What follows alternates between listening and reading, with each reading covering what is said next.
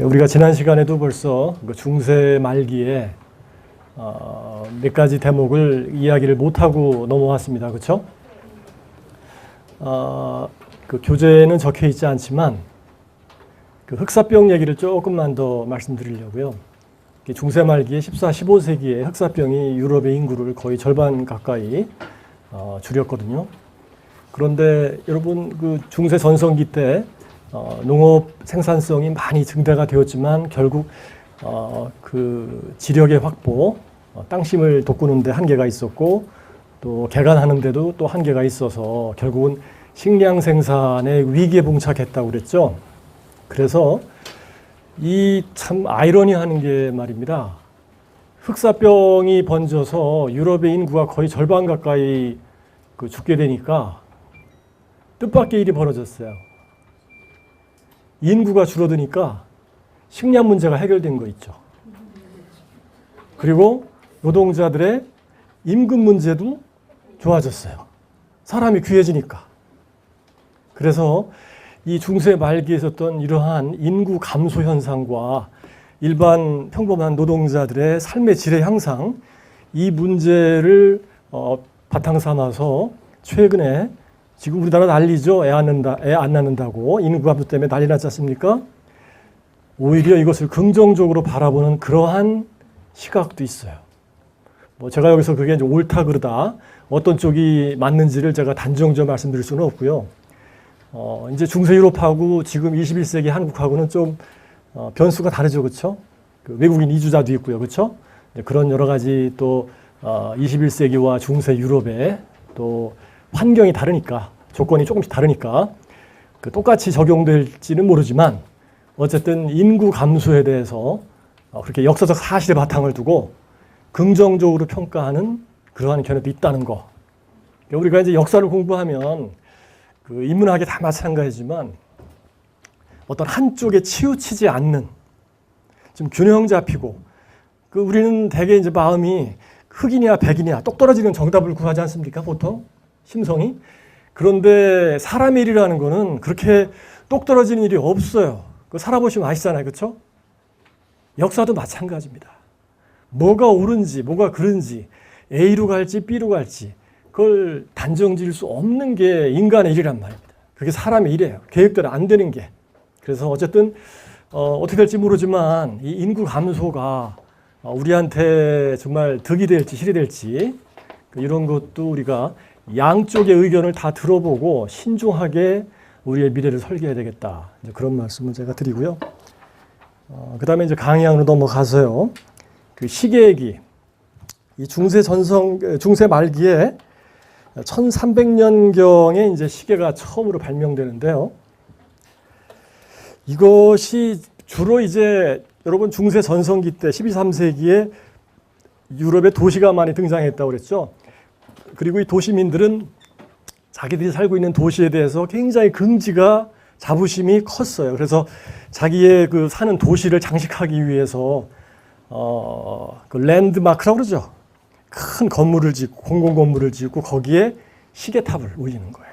그런 식으로 해서 자기 도시를 자랑거리로 외부에서 온 사람들한테 아주 그 소개하는 그런 것을 굉장히 중요하게 여겼거든요. 그 자기 도시에 대한 사랑 때문이죠. 그래서 이러한 시계가 이제 1300년경에 발명이 되어가지고 처음에는 이제 공공 건물의 시계탑 형식으로 그러다가 점점 규모가 작아져서 이제 나중에 17세기 중반쯤 되면요, 그 영국 같은 경우에 거의 전 가정에 그 태엽 감는 시계가 다 보급이 될 정도로 굉장히 그 빨리 시계가 전 유럽에 신속하게 보급이 됩니다. 각 가정마다. 그리고 이 시계가 보급됨으로써 유럽인들의 그 사고 방식에 의식 구조에 큰 변화가 나타나게 됩니다. 그 첫째가 이제 거기 나온 대로 유럽인들이 복잡한 기계 장치에 대한 관심을 많이 갖게 됐습니다.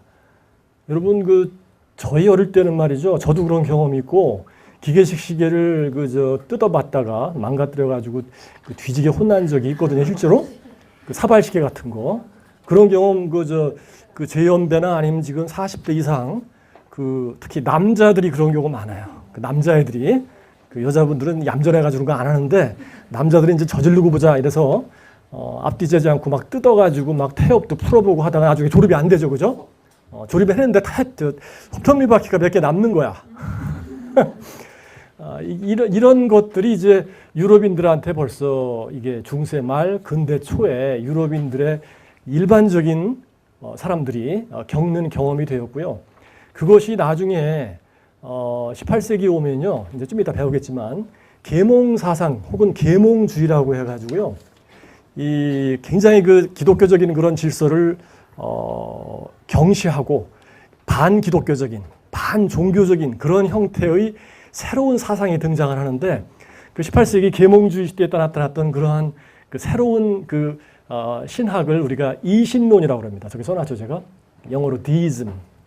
그래서 이 이신론에 의하면 하나님이 계셔가지고 천지를 창조를 했지만 그 하나님은 마치 시계공 같아서 시계를 만들어 놓고 태엽을 다 감아놓은 다음에 휙 던져놨지, 시계가 그 다음부터 굴러가는 거에 대해서는 하나님은 더 이상 간섭을 하지 않는다, 그런 얘기예요. 그러니까 쉽게 말해서 이 우주의 운행을 마치 태엽감은 시계와 같다. 법칙대로 돌아간다는 거예요. 법칙대로. 60초 1분, 60분 1시간 이런 식으로. 그죠? 더 이상 그 후에는 신이 이 자연의 운행에 대해서 간섭을 하지 않는다. 그러니까 이게 바로 이제 이신론의 핵심 내용인데, 지금 예를 들었다시피 그 이신론의 우주론을 설명하는데 바로 시계라고 하는 기계를 채용해서 예를 들어서 설명을 하잖아요.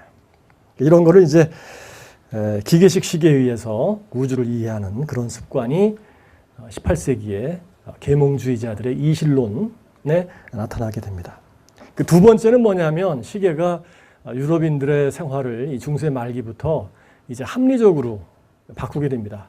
우리가 그 농촌 가보시면 뭐 지금도 여름하고 겨울에 낮의 길이, 밤의 길이가 다르죠, 그죠? 그래서 하루의 시작이 여름에는 빨랐다가 겨울에는 굉장히 늦어지죠, 그죠? 해가 짧아지니까. 그리고 밥 먹는 시간도 이제 배꼽 시계입니다, 그죠? 배에서 쪼르륵 소리가 나면 그때가 밥 되죠. 그런데 이 시계가 나타나면서 그러한 여름과 겨울, 계절의 변화에 따른 시간의 낮의 길이의 변화, 이런 것이 완전히 무시가 되고, 여름이건 봄이건 겨울이건 아침 9시부터 저녁 5시, 6시까지 딱 근무 시간이 정해지는 거예요. 정해진. 그러니까 이런 식으로 기계적으로 합리화된 그러한 시간 관념이 유럽인들의 뇌리에 들어박히게 됩니다. 그게 벌써 이제 14, 15세기부터 시작이 된 겁니다. 우리는 사실 그게 20세기부터 시작됐죠. 그렇죠? 20세기. 그리고 이제 이러한 그 시간 엄수에 대한 여러 가지 그 강박관념이 유럽인들한테 스트레스가 되죠. 그래서 여러분 그 이상한 나라 앨리스라고 하는 그 동화가 있는데, 거기에 토끼가 그 조끼 주머니에다가 휘중시계를 넣고 막 들여다보죠. 시간 늦지 않았을까 막 이렇게 조바심 치는 그런 모습이 나옵니다. 이제 그 벌써 19세기의 동화인데, 벌써 이제 그때 유럽인들의 뇌리에는 시간을 지켜야 한다는 그 관념이 강박관념처럼 스트레스가 되어서 따라다녔다는 얘기죠. 그 동화 속에 나타난 것처럼 말이죠. 자, 그 다음에 이제 화약 이야기입니다. 화약. 이 화약도 역시 중국에서 들어온 건데, 그렇죠? 화약, 나침반, 인쇄술, 제지법 다 중국에서 이슬람을 거쳐서 유럽에 제일 늦게 왔어요. 그 유럽은 제일 후발주자인데, 지난 시간에 이제 몇 번 말씀드린 대로 나중된 자가 먼저 되고 먼저 된 자가 나중되는 그런 경우가 역사를 500년, 1000년 단위로 보면 그런 일이 비일비재하다고 그랬죠. 그 유럽이 바로 그런 경우입니다. 그 이슬람 문명 같은 경우는 중세 때 반짝하고 대단한 전성기를 누렸다가 1500년 그때쯤부터 그냥 갑자기 이제 내리막길을 걷게 된 거고요. 서유럽은 정반대로 치고 올라가서 오늘날까지 세상을, 세계를 지배하고 있죠. 그런 게 사실 서양이 이제 우리가 서양한테서 배워야 될 점, 뭔가 롤 모델이랄까, 이제 그런 점을 거기에서 찾아볼 수가 있다고 생각을 합니다. 화약도 역시 이제 유럽이 제일 뒤늦게 받아들여서, 중국 사람들은 보통 화약을 어느 용도로 썼냐 하면, 지금도 이제 중국의 춘절이다 뭐다 해서 폭죽놀이 하잖아요. 불난다고 못하게 하고 또 그러죠. 어디까지나 이제 오락이나 여흥, 그 즐기는 오락으로서의 화약이었는데, 이걸 무기로서의 화약으로 사용한 것이 바로 서유럽입니다. 그래서 이걸 대포를 만들어서 터트리는 그러한 기능을 부여를 했죠, 화약에다가. 그리고 여러분 그 중세 봉건제 말씀을 드렸지 않습니까? 그 중세 유럽은 왕이 있지만 프랑스나 이런 데 왕이 있지만 왕이 프랑스 전체 영토에 대해서 일일이 지배권을 행사 못했다고. 각 지방마다 봉건 영주, 봉건 귀족이 있어서 그 지방의 봉건 영주가 작은 왕 노릇을 한다 이겁니다. 그래서 이 봉건 영주를 왕이라 할지라도 가서 함부로 할 수가 없어요. 왜냐하면 봉건 영주가 돌로 쌓은 성 안에 들어앉아 가지고 식량과 물만 갖고 있으면 몇 달이고 버틸 수가 있거든요. 그러면 밖에서 포위하다가 오히려 지쳐나가 떨어져요. 그러니까 왕이라도 봉건 영주를 함부로 공격할 수가 없어요. 마음에 안 들어도 떨버도. 자, 그런데 이게 화약이 등장하면서 판도가 바뀐 거예요. 왕이 이제 화약을 대포를 가지고 이제 봉건 영주의 성을 까부수는 거예요. 그러니까 봉건 영주가 꼼짝 못하죠. 이런 식으로 해서 귀족들이 왕 앞에 이제 손발 다 들고 항복하는. 그러므로 해서 점점 중앙 집권적인, 그러니까 봉건제가 해체되고 중앙 집권적인 국민국가, 왕을 중심으로 한 국민국가가 형성이 되면서 우리가 알고 있는 프랑스의 모습, 독일의 모습, 그 영국의 모습, 이런 모습들이 등장을 하게 된 겁니다. 물론 독일은 좀 늦어요. 독일은 이제 그 1871년도 이탈리아도 마찬가지고 그 무렵에 통일이 되지만 어쨌든 프랑스건 영국이건 그런 식으로 왕이 대포를 쏘아서 귀족들을 굴복시켰어요. 그럼으로써 지방에 할거하고 있던 지방 봉건 귀족들의 세력을 무력화시키고 왕권이 강화되는, 이것이 여러분들이 이제 들으셨을 거예요. 절대왕정 같은 거 혹은 절대주의. 그게 바로 이제 봉건제의 지방 분권적인 정치 체제에 비해서 상당히 왕에게 고도로 집중화된, 왕에게 절대권이 주어졌다 해서 절대왕정, 영어로 absolutism, 이런 말이 이제 이따 나타나게 되는 거죠. 이거는 이제 근대 초기에 와서 16세기, 17세기 오면 절대왕정이 영국과 프랑스에서 성립이 됩니다. 대표적인 프랑스 왕이 이제 루이 14세. 그리고 영국에는 헨리 8세. 여러분 헨리 8세의 그 천일엔 그 얘기 아시죠? 본처하고 이혼하고 제인 앤하고 결혼하려고 이제 그 종교까지 바꿨죠. 이제 그런 사람들이 대표적인 절대 군주입니다. 영국에. 자, 이와 같이 화약이라는 것은 오늘날로 치면 핵무기와 같은 그런 효과가 있었어요. 일종의 비대칭 전력이다 그런 말이죠. 그래서 이 비대칭 전력이라는 게 이제 창과 활이 주가 되던 그 시대에 총과 대포를 들고 오니까 이게 뭐 상대가 안 되죠. 그죠?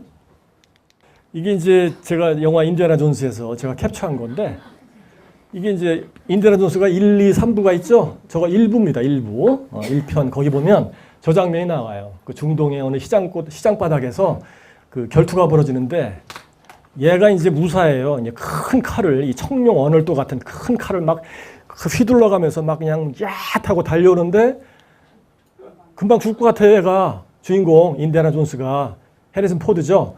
근데 그냥 권총 쏴가지고 빵 쏘니까 그냥 죽어버리잖아요. 완전히 비대칭 전력이죠. 그죠? 칼하고 총하고 대결해서 누가 이기겠어요? 100이면 100 다 총이 이기죠. 그죠? 이게 바로 비대칭 전력입니다. 자, 그래서 이게 이제 1453년에 비잔티움 제국에 콘스탄티노플이 함락되는데 오스만 투르크에 의해서, 이때도 역시 대포가 큰 역할을 합니다. 대포가 없었으면 그 함락 못하죠. 콘스탄티노플이 얼마나 그 강력한, 막강한, 3면이 바다로 둘러싸여 있어요. 그리고 한 면은 또 성으로 둘러싸여 있고, 그러니까 이거는 뭐 그야말로 1000년 동안 아무도 함락할 수 없던 성이다 하고 생각을 했는데 오스만 투르크가 대포로 함락을 시켜버린 거죠. 그리고 영국과 프랑스 사이에 14, 15세기에 100년 전쟁이 있었습니다. 이 전쟁 때도 역시 이 보르도 성이라는 성을 함락할 때 대포를 통해서 함락을 시켰죠. 자, 그래서 왕권 강화와 국민적 군주국가 성립에 지대한 공헌을 했다. 그리고 대포 다음에 이제 총이 또 발달을 합니다. 이 총이 처음에 나타난 총이 이제 그 머스킷 총이라는 건데, 머스킷 총. 머스킷. 그래서 머스킷 총을 다루는 무사를 머스킷 티어라고 불러요. 여러 명이면 S가 붙죠. 그죠? 복수. 이거를 총사라고 불러요. 총사. 이게 3명이면 삼총사. 그래서 삼총사입니다. 삼총사. 여기 달단양이 붙으면 사총사죠. 이렇게 되는 겁니다.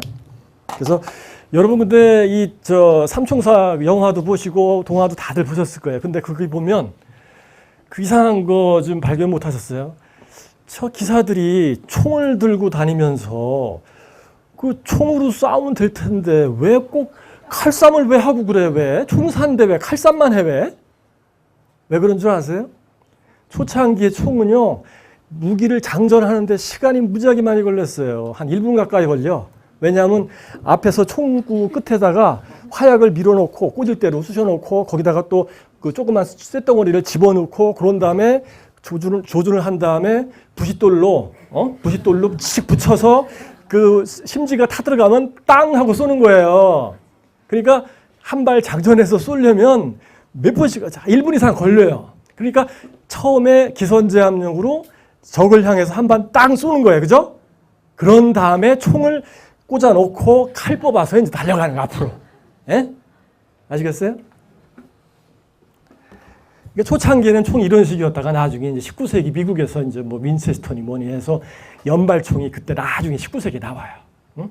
19세기. 서부 영화 보시면 그런 그 총기 발달의 그 흐름이 또 잘 나옵니다. 그것도 아는 만큼 다 보이시는 건데. 그러다가 19세기 말쯤 되면 무시무시한 무기가 등장을 합니다. 19세기 말 20세기 초에. 그게 바로 기관총입니다. 그게 기관총이 또 어느 전쟁을 또 결정지었냐면 제1차 세계대전입니다. 그 얘기가 산으로 가네. 1차 세계대전 때 기관총 때문에 완전히 전쟁의 판도가 바뀌잖아요. 그래서 참호전이 그래서 생긴 겁니다.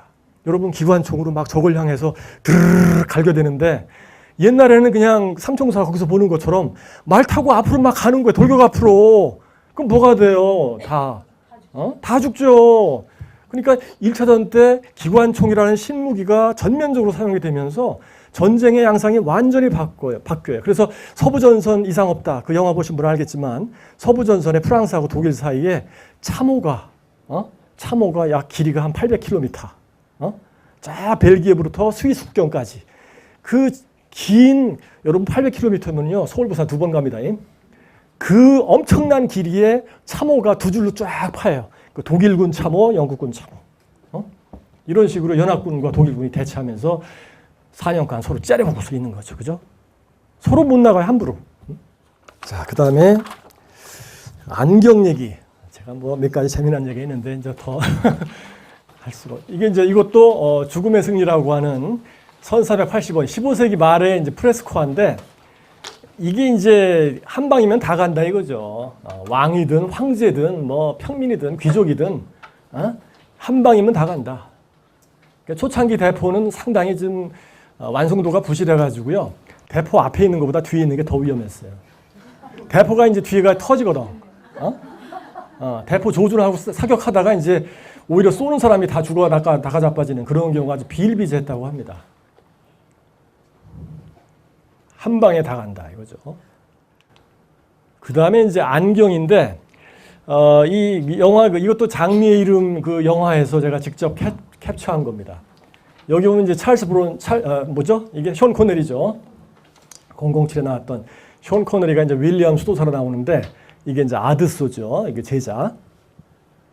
근데 이 두 사람이 이제 수도원의 도서관에 들어갑니다. 이탈리아 북부에 있는 수도원 도서관에 갔는데 도서관에서 이 사람이 이제 이런 안경을 꺼내서 코안경이라고 그래요. 코안경. 초창기 안경 이렇게 생겼습니다.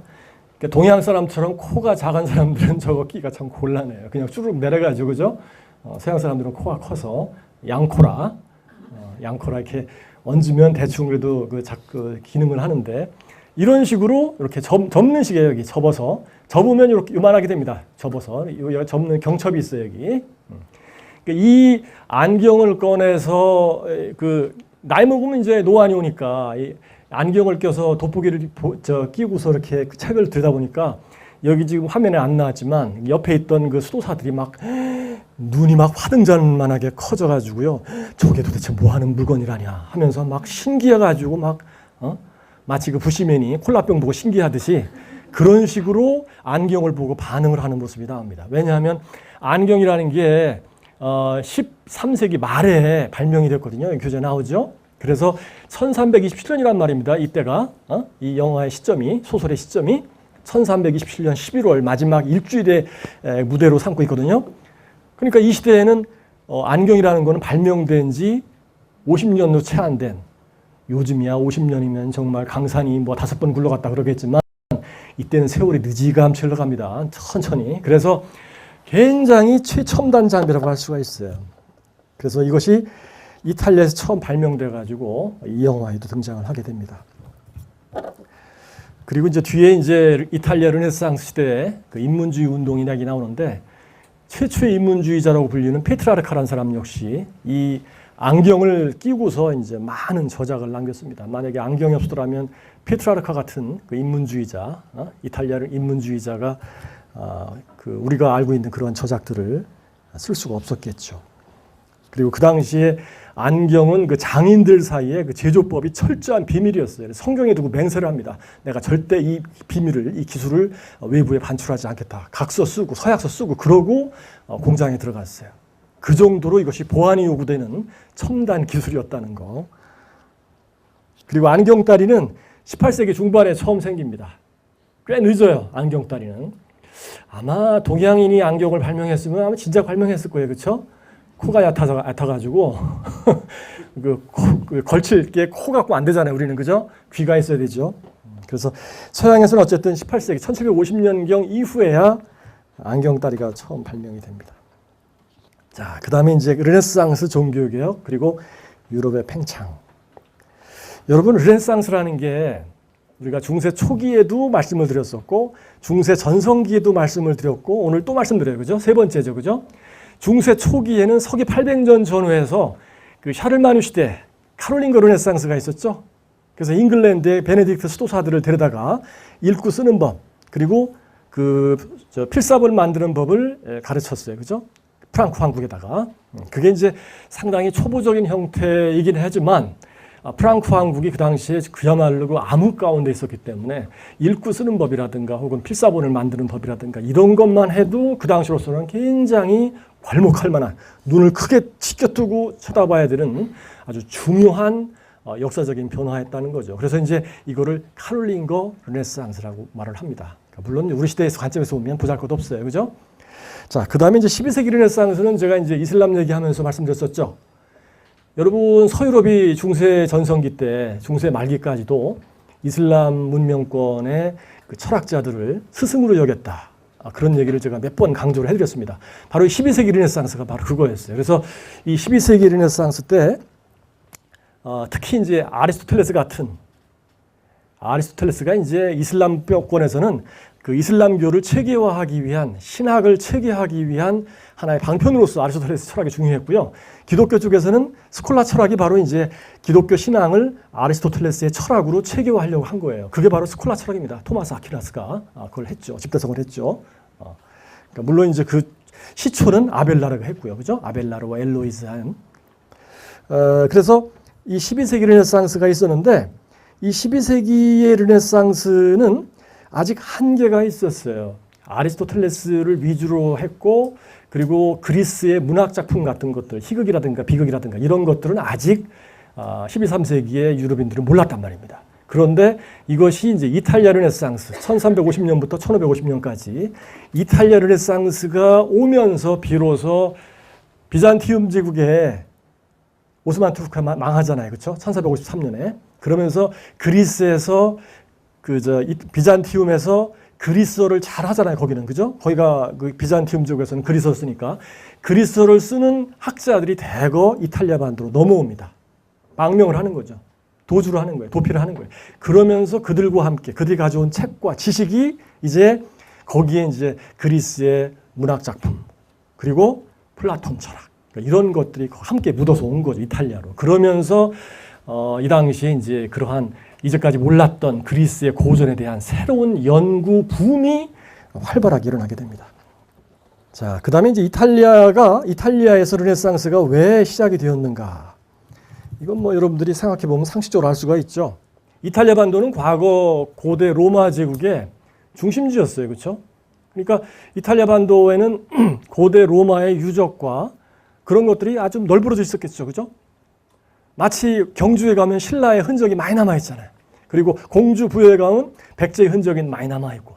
마찬가지예요. 이탈리아에는 로마의 그 흔적이 굉장히 많이 남아있었어요. 그러니까 이탈리아 사람들은 고대 로마에 대한 친근감을 늘 갖고 있었고, 그러면서 고대 로마의 문헌에 대한 애착을 갖게 된 거죠. 그리고 지난 시간에 말씀드린 것처럼 아비뇽 뉴스가 뭐 자그마치 그 한 70년간 그 이탈리아 로마 역사를 교황이 이제 프랑스 땅 밑에 아비뇽에 프랑스 왕권의 지배하에 예속되시지 않습니까? 그죠? 무려 70년 동안이나.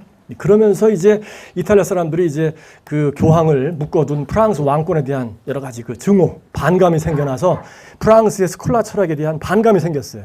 그러면서 프랑스의 스콜라 철학을 대신할 수 있는 로마의 고전 문헌, 이런 것들을 이제 새로운 자기들의 어떤 표준으로 삼게 된 거죠.